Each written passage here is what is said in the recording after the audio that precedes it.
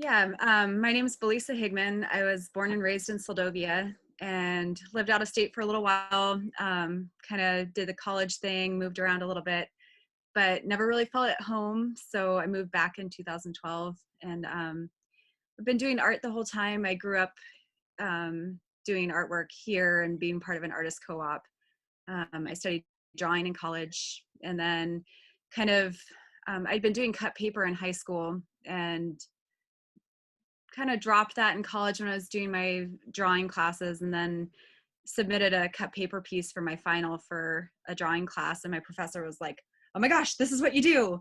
I was like, "Really? This is just like some thing that I was doing in high school. I don't really, I didn't know people did cut paper," but kind of encouraged me to keep going with it. And I picked it back up at that point, and have been showing in galleries and cafes and stuff ever, starting with a sheet of black paper, and I'm cutting away everything except for the lines. So then I'm using those lines and gluing patches of colored paper behind them to fill in the spaces. And so it makes kind of a three-dimensional picture. So whatever's closest to the viewer, I would glue down first. Okay.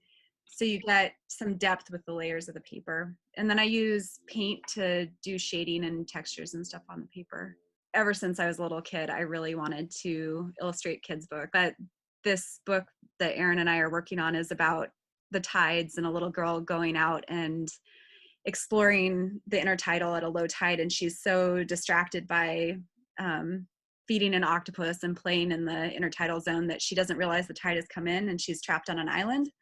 And Oh, so that's fun. it's about her trying to figure out how to problem solve and get off the island. But then by the end of it, she's having so much fun, she doesn't even realize the tide has gone back out and she could just walk home. So, Okay. and it's about the independence and the kid problem solving, and she never really panics. And it's just kind of like, this is a little girl solving her own problem. And I really like having that strong female character and the independence. It's really fun.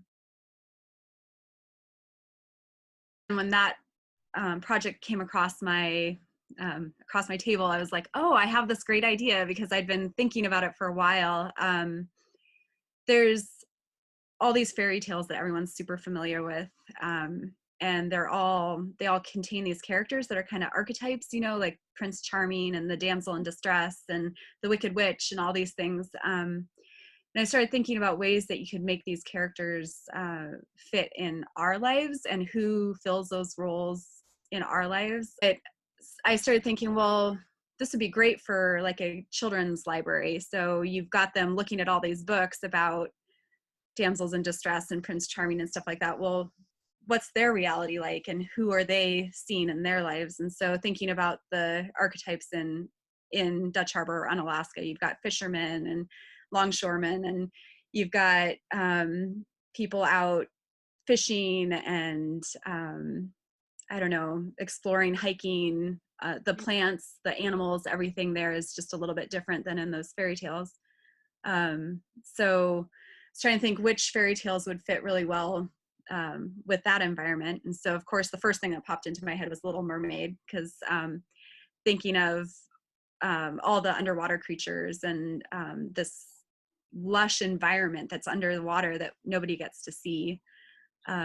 So kind of did the Little Mermaid, but her friend, instead of having flounder with her, she's got a sea otter, and the boat in the background, like thinking of the scene in The Little Mermaid where she's watching the sailing ship with a big party on the boat. Instead, there's a crab boat going by with the people in the wheelhouse. Do you want to see the finished piece? I have it right back here. Oh, yeah, absolutely. I don't know if I can get the whole thing on the screen, but this is the biggest full color piece I've ever done. So, Oh. Ah, I and love it's really fancy cardboard backing right now, but it. All right. complete with pollen. Perfect. Yeah, I did just get a full-size image of it, so I'll be editing that and getting it out to you soon. Great. Well, thanks so much for talking with us today. Well, thank you. And awesome. Yeah.